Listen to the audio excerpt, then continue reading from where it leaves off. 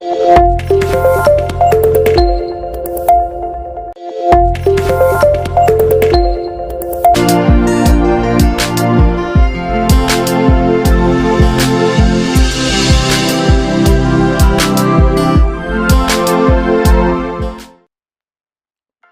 and welcome to Aspheric TV. With me here is still our regular guest, Alhaji Mustafa. Alhaji Mustafa, good afternoon. This should be morning and afternoon, I guess. Yeah, it's still morning. It's in morning, okay. So, could you just, how was the weekend, sir? It was okay. It was okay. Okay. So, in case you're following for the first time, please don't forget to follow us on our social media handle and also follow us on our Instagram page as Aspheric News, or on Twitter as Aspheric News, on Facebook as official Aspheric News. Also, do not forget to subscribe our YouTube channel. Please, I beg you to subscribe our YouTube channel. When you're subscribing, please do not forget to click on the notification button. That is very important. Please, that will help you to get an update anywhere we are live and also get our notification. Like our page, share our page, and let someone know about Aspheric TV. We are here to bring you current news, breaking news. Also, do not forget to read our news on www.asphericnews.com, and I repeat, www.asphericnews.com. In case you have any content or news you want to share with us, you want us to share to the public, do not forget to call on us on +234 8099998117, and I repeat, +234 8099998117. The number displayed on the screen, in front of your screen. Please kindly call or send us WhatsApp message on your content and videos. We want to know what's happening around you and what you want us to share with the public, provided it's an authentic and reliable news and with the right source. Please do not forget that. Today we are going to give you a highlight of our newspaper headline for today. And before we start that newspaper news highlight today, there is issues that have been bothering the country that have to do with Muslim ticket. The issue has been trending, and we need the opinion, we need the suggestion to know what Nigeria, what you expect and what you want Nigerians to know about this Muslim ticket. Alhaji Mustafa, yeah. If you looked at the Vanguard newspaper, yeah, on the top headline, you will see a top headline story. It's a Ganduje, others battle Babachir, that is from AGF, yes, over APC same faith ticket, that is over APC Muslim Ticket. Yeah. What's your opinion about that, and what do you have to say about it? Well, the fact is that Babachir Lawal is not just an individual. He's someone that has a large followership. He's a statesman too. In his own right, he's a statesman.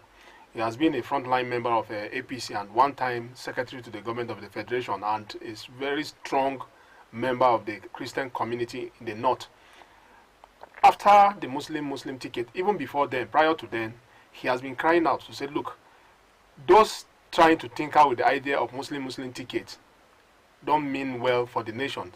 So, and it comes out to the fact that Tinubu decided to name Kashim Shettima as his running mate, meaning the Muslim ticket that they were afraid of has come to reality. So right now they are dealing with the fact, and Babachir Lawal came out to say, look, the people that pushed for the Muslim ticket are Governor Ganduje and other northern governors. He mentioned them, he said so. Now you see Ganduje and others are decided. Also, do not forget that he was in a committee. He was in the committee that nominated the 10 men. Yes. Yeah, and also he is the chairman of the committee. He has not. How would they overpower the chairman of the committee by decision? He has not really have his mind to speak his mind to say, look, this is what transpired. You understand?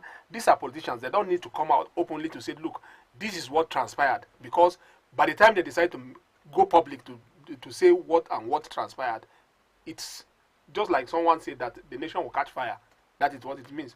But it's unfortunate that, look, we have come to this reality that, look, there's no equity, there's no fairness. That is exactly what Babachir Lawal is saying.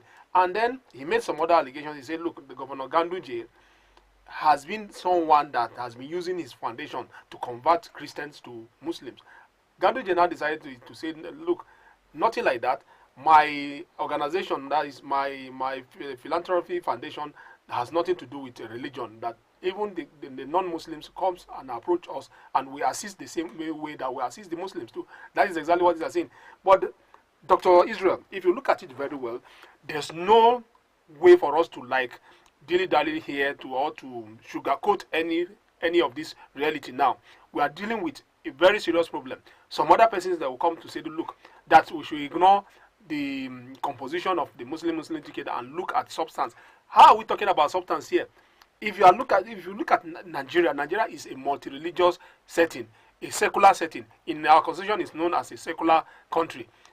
Then we have different religions that can be together to make up Nigeria. And now we are having a situation whereby in 2023 we are going to have APC presenting a Muslim president and Muslim vice president. Both of them, they are contesting. They have not really, but you understand, people are laying their fear that, look, this is a ruling party. If a ruling party can present this, automatically they are heading towards victory, and that is the fear of Nigerians. And it means when eventually, if they should win, it means for the next 4 years or 5 years, 7 years or 8 years, we are going to be dealing with Muslim at the state house. That is what is the reality, and that is why you see some Christian community are decided to be afraid to say, look, our interests will not be served with this development, and that is a fear. To be candid to ourselves, there's no fairness, there's no equity. We have not yet come to that level of maturity, that development whereby you say you disregard that, and I don't see that that's the possibility of us coming to that level, because Nigeria is a peculiar country whereby once you disregard issue of diversity, you are going to be dealing with serious issue. If you look at it very well, why are we here today now that they are talking about some section of the country are talking about Biafra? They're talking about Biafra because you discovered they have said that, look, we are being marginalized. You understand? Whether they are marginalized or not, when it comes to distribution of power, distribution of appointment, that is when you now discover that certain interest takes more than others, and that is why you have issue of clamoring for a sovereign nation out of Nigeria. And the same way now we are now going to be dealing with a Muslim ticket. Dr. Israel, let's not tell ourselves, let's not just shy away from the fact there's no fairness and there's no equity here. But that recent video that I watched from just recent Salah that just happened, that I was in UK or US, that I saw some Muslims going to the church to also pray during the Salah. I hope you must have seen the video. It's going around. So see, what is the Christian faith? I think the major Dr. Israel. No, the major fear. The fact here, see, we have a constitution. A constitution is like the umbrella. What did the constitution say about the Muslim ticket and Christian ticket? Have you read that? The constitution talk about Nigeria being a secular country. So a secular country means that multi-religious country. And apart from that, again, you have issue of federal character. Federal character means you must be represented at every level. That is what it means. And a situation whereby you decide to shut out a certain category of people out of the system, it portends great danger for us. And that is what Babachir Lawal is crying about. Forget about, say, what the interpersonal relationship that a single Muslim or a single Christian they had with one another. As we are talking now, if you go to the market, a normal market man is trading with his Christian counterpart. Nobody care about who is a Muslim. If you go to drive to a fuel station today, nobody will ask you whether you are Muslim or Christian. If you go to the market, likewise the same thing. If somebody is in the need along the road, that nobody care to question that, are you a Muslim or are you a Christian? Everybody will rush to that. But we're not talking about that. This is not the scenario we are talking about. We are talking about being carried along. We are talking about inclusiveness. This is a multi-religious society. If we don't carry ourselves along, we won't achieve that aim of unity that we are clamoring for. Okay, there's another story that's also on top of headline in the Vanguard, that Coca, the Coca yesterday made some comment and said, and talk about APSO. APSO. So he said that it's unacceptable to still have schools closed for 5 months. What's going on?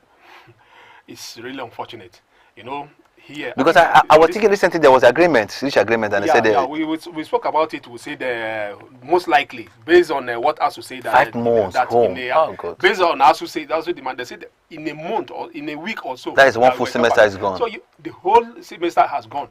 So and added another one full semester plus it's 2 months. They will lose the whole session if care is not taken.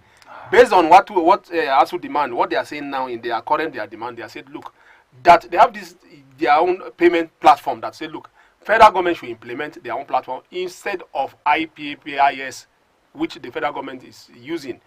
Federal government now decide to push all the agencies, including the army and the police. Eventually, the army drop from that. Police, they are still there. You could see that in the university, some lecturers, like a professor that is supposed to be a senior professor that is supposed to be earning like 400 to 500,000.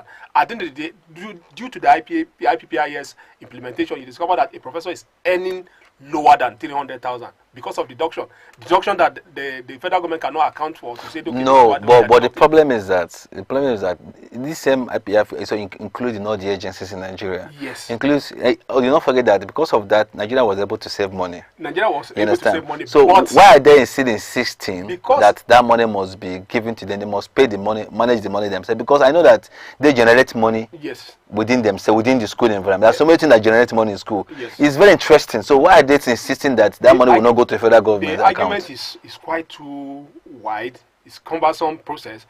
Ordinarily, if the IPPIS system is transparent enough, you discover that the issue of what ASU is saying, it wouldn't arise.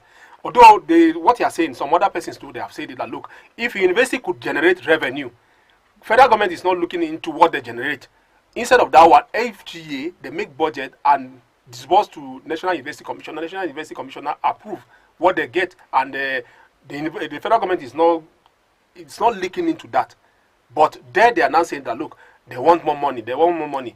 In fact, the more money is not even the issue now. What they are now saying is about this implementation of IPPIS.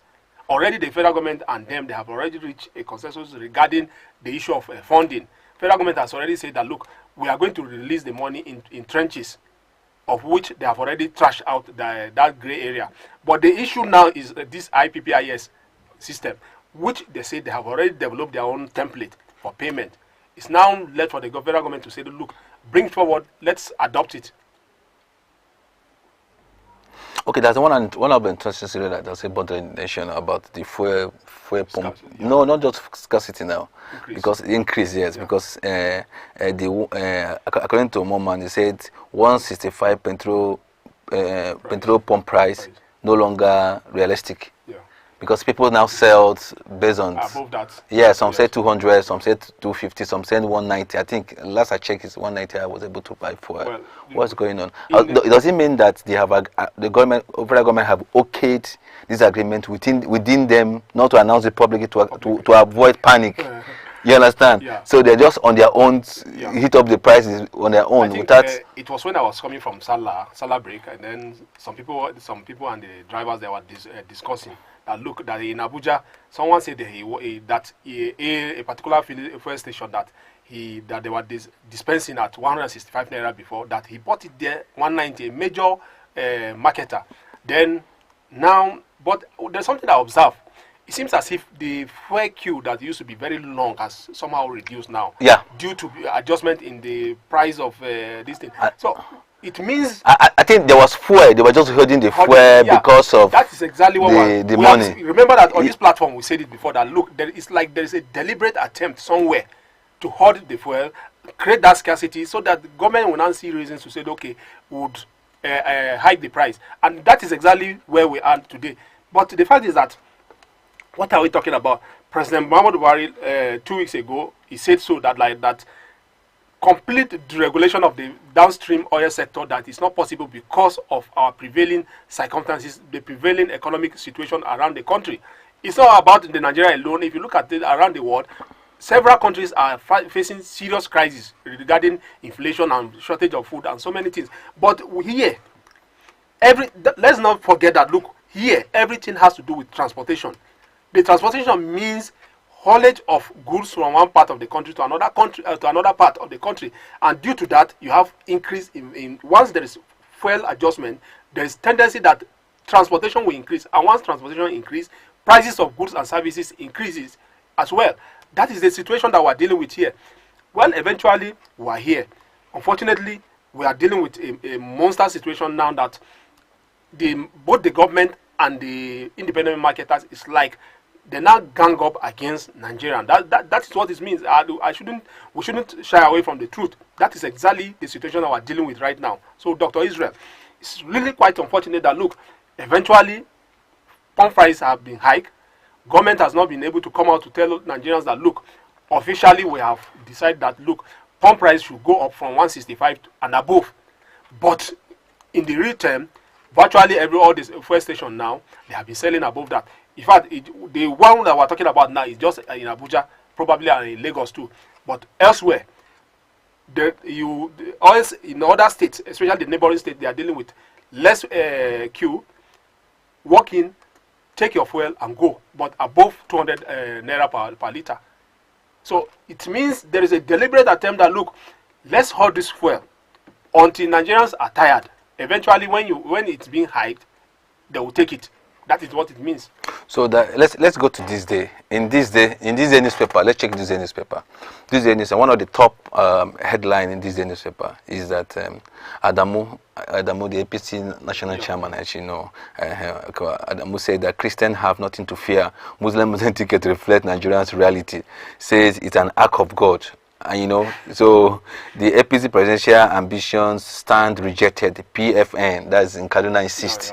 Yeah, so it's actually there. So if you go out, you can pick up your Disney newspapers and also read on it. And also, so what we actually discussed that the Muslim Ticket. But why is he saying that it's out of God? So is it God that sent it?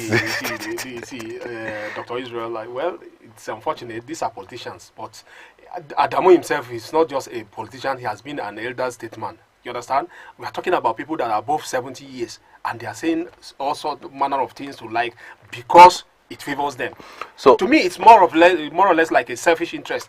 When you serve your interest, you take it. You try to concoct all manner of a narrative to make sure that it suits the general public, but nobody will take it.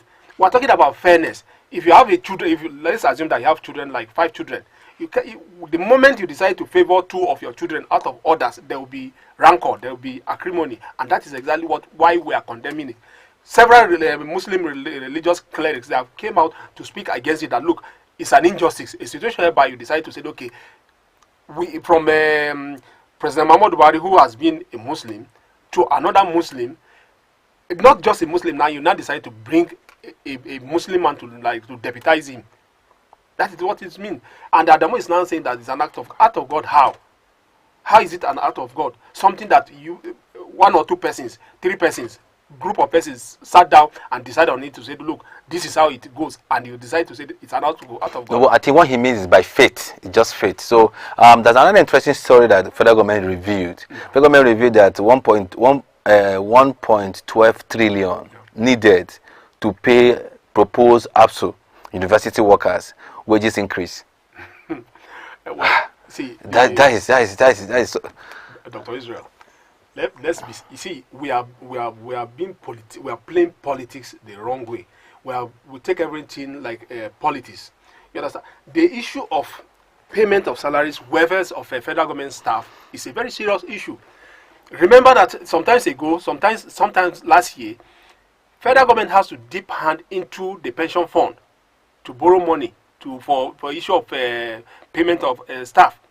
Then again, we have been told now that FIRS, that is Federal Inland Revenue, has been the one that is sustaining the government need, because NNPC, what they are generating goes into subsidy. And then we are talking about borrowing. Although federal government say that all they are borrowing is towards infrastructural development, which is capital project, which is quite okay.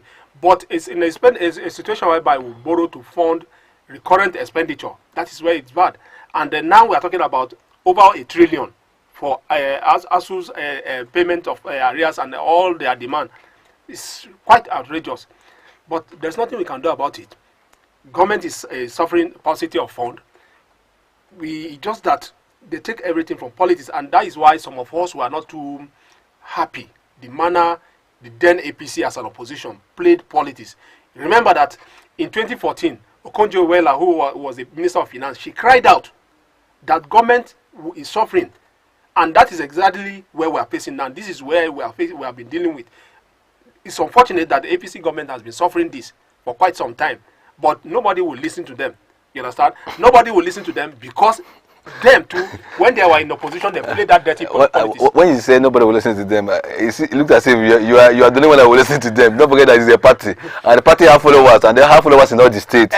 So if you fail to listen to them, their party members, party fail to also listen to them. Okay, so are they going to tell don't say that. Don't say that civil servant that says money? Let me just say, civil servant will not listen to them.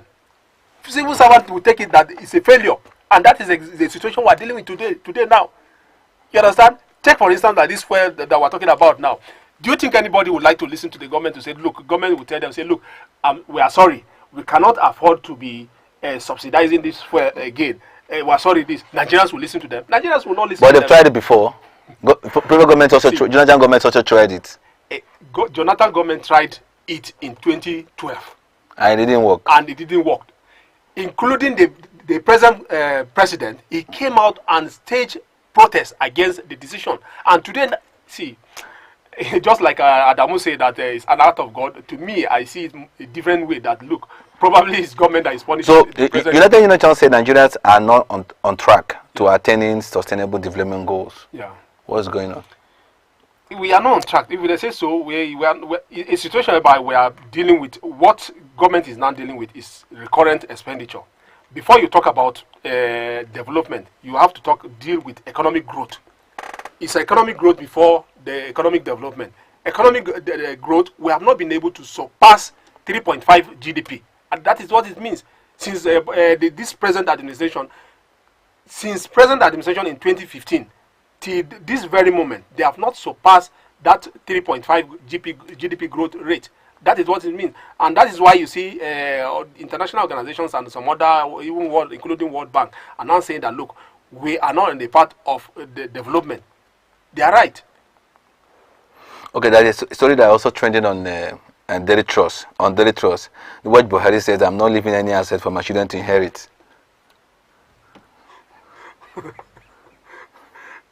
Dr. Israel, I'm sorry to, I just laugh. Do you know why I laugh? I laugh because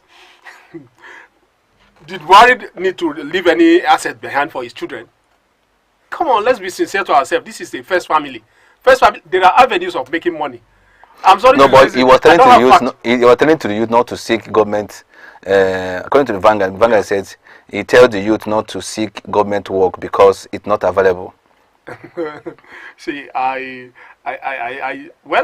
that is the man Buhari is. Buhari is not a kind of a refined talker whereby he will just come out and sugarcoat a statement before he said it.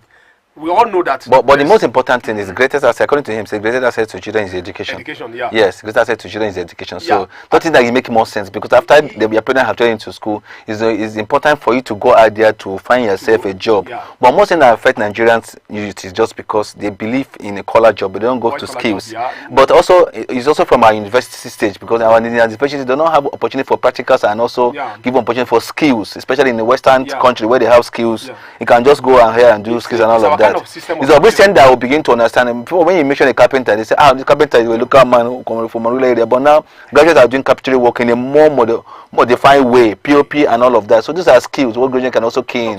That's the point you're trying to make. Not that it's not even in asset. So you want to make the children to be independent of what. You see, the system in Nigeria is structured in a way that, look, whether you like it or not, we must tell ourselves the truth.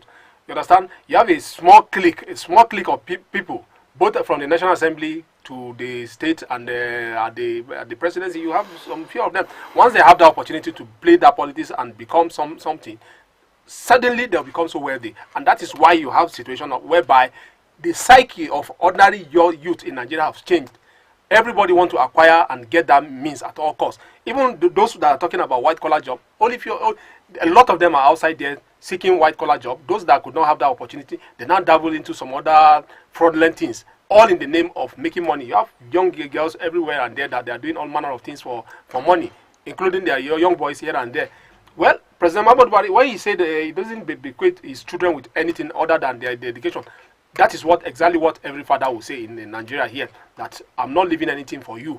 Especially an average Nigerian family father will not leave anything for his children other than that education that he is giving them. That, look, I have given you that education, you are going out there to pursue whatever you are going to pursue, and then when it comes of age, you now take care of your own father too or your mother too. That is what it means. But let's be realistic here now. The opportunities are very few. A situation whereby somebody is not enterprising, that's one that has that entrepreneurial skill. What about the funding? You understand? So we should tell ourselves the truth. Although government has created a lot of agencies to say, look, you have ND, you have the other anchor borrowers through CBN and all other ones, but a situation whereby some other persons cornered it, the funding, to say, okay, this is what's supposed. Take for instance, like this anchor borrowers. CBN is saying that, look, some people took that loan and they will not be able to pay back to the extent that CBN now is now going after them, which is not supposed to be so. If we are talking about we really want to help ourselves, you have NYSC scheme, whereby it's 1 year mandatory program. Why don't the federal government now decide to say, okay, let's go to the NYSC? It shouldn't be just you going there for 1 year and coming out alone. It should be tied to a particular skill acquisition that, look, at the end of your 1 year mandatory NYC scheme, this is what you are coming out, and they should empower them. That is what we are expecting, not for the president to be telling us, look, it's not like that. His own children are not like ordinary children on the road. We should tell ourselves the truth. They are not like ordinary children. Whether they work or they don't work, at least we know quite okay that, look, in fact, where are they going to work? They should create they are going to create their own job, employ people and pay them. So we don't see it that way. That all right. There's another also on Daily Trust. In case if you are watching us or if you want to start watching us, under Daily Trust we have another Island story: how kidnapper targeted ex-governor Mwanzu's children and killed nephew, and tell others. Babachir catches immigration officers extorting passport applicants in Lagos. In Punch newspaper said decision on Shettima final as Tinubu men. Says Tinubu men. Decision on Shettima final says Tinubu men. There are so many stories on the same Punch, and excluding especially Professor Wole Soyinka's 88th birthday. We want to use the opportunity to wish him happy birthday. I think he's a noble narrator and what he deserves of every media to wish him happy birthday. It's one man that international figure, one man and Nigerian respect him. So on behalf of us, we want to also wish Professor Wole Soyinka happy birthday wherever he is. Also wish him happy birthday. We say may God bless him and also increase him and give him more life. We also have in Delhi Sun. More trouble for APC over Muslim Muslim Ticket. This is also trending. So PVC increased registration centers in Southeast Group tells INEC. PVC increased registration center in Southeast Group tells INEC. Youth march in Lagos demand enrollment. Demand enrollment is going on. So the most important thing, the enthusiasm of the youth to get involved in politics. I'm wondering whether that can count during the election. Yeah, it will count. How sure are you? Don't forget that the new electoral act, every vote must count. You understand? It must count. The only thing I see to me, the way I'm reading this thing, this election is going to be a very serious contest that it will not they will not conclude the election. That is my own estimation. It's going to be, they will have a rerun. That is what the way I'm seeing it, because if you look at the enthusiasm across Nigeria now towards acquiring or getting the PVC is so high. At the end of the day, that 30 million vote that we used to record between 2003 to 2015 is going to shoot up beyond that. As INEC really make that preparation, in fact, if they decide to to create more center like you read in one of the daily in Lagos, I believe that a lot of Nigerians are still out there without the PVC, and they will come out massively to acquire their PVC and vote. Okay, so before we read our story headlines on Punch, one of our correspondents just after the Salah. Yeah. So we, as part of since we're celebrating Salah, so one of our correspondents have to go around to get the view of the general public and how Salah was celebrated and why they should be celebrated Salah on Saturday. But let's hear that news from Clifford on CB. Blue Square, Abuja, the Federal Capital Territory of Nigeria. This afternoon, I will be discussing with some of the Muslim faithfuls who just returned from the Salah holiday. They will be sharing their experiences with me, how they enjoy the Salah and what they expect after this very, very special event. Salah break is over and civil servants have returned back to work. Some Muslim faithful spoke to our correspondents on the challenges they faced during the Salah celebration. Some of them lamented about the high cost of goods in the market and how it affected their celebration. So many people were not able to buy the ram for the Salah ritual because of the high costs. Others lamented that they couldn't travel as a result of the fear of insecurity in the country. Unlike before, during festivities generally, the price of things will increase. But based on what people are saying and based on the reality on ground now, you realize that the cost of product, cost of item, especially food item, are actually rub off negatively on the extent to which people can really enjoy Salah. Take for example, issue of ram. A ram that used to be like, if you are going for a good ram, when you buy 80,000 naira worth of ram, you know you are buying something. 80,000 naira worth of ram of yesteryears is now going for 500,000 now, which is equivalent to what you use in buying cow. So you can see, Salah was celebrated in a state of despondency, because if you are living in Nigeria, one fact remains, that people were living in a very, very serious state of despondency for lack of everything. Those who have their wards in university have them at home in the last 6 years, and they are in the last 6 months, and they are Nigerians. The universities are shut down. Prices of goods and food items have skyrocketed because of the inflation, and it's all caused by government. They called on the government to diversify the economy so as to generate more income and stabilize the economy. We just hope that things will get better and then there will be improvements in the economy.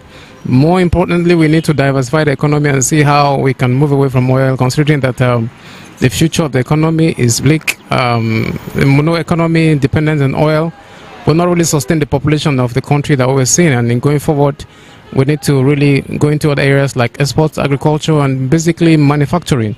In the other news, a non-governmental organization known as My Culture, My Identity, a group of Nigerians with the intent to bring back our lost culture, made their voices heard on the streets of Abuja as they called on government to provide jobs for the youths. The leader of the group spoke to Aspheric TV. This is My Culture, My Identity, a group of well-meaning Nigerians who are having the intent to bring back our lost culture. As a result of our lost culture, so many things have gone wrong in the society. We have discovered that because of this lost culture, there are so many social vices that is plaguing the country today. We see that youths are being used to carry on these social vices. You see, Nigerian youths, they are not lazy. Yes, sir. The best scientists you have in the world today are Nigerians. Yes, sir. The best engineers you have in the world today, they are Nigerians. Yes, sir.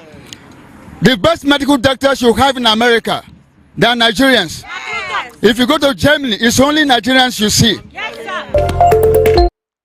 Okay, thank you, and welcome back to Aspheric News Update. That is according to I think the group that was campaigning against drug abuse. What do you have to say about cultism and drugs? So what do you have to say about that, Mustafa? A lot of social vices, menace going on. All these are traces of drug abuse. You understand? A lot of drug abuse here and there. NDLA, they are quite doing exceedingly well, but it's not going to be NDLA fight alone. The society too must speak out to say, look, war against drug is for everyone. War against cultism is for everyone. We must all speak against it. Remember that who is a cultist? That cultist is a human being. That cultism started from somewhere. Probably families' setting must have become so weak to the extent that somebody now become a cultist, and until it become a menace, then the society will start shouting.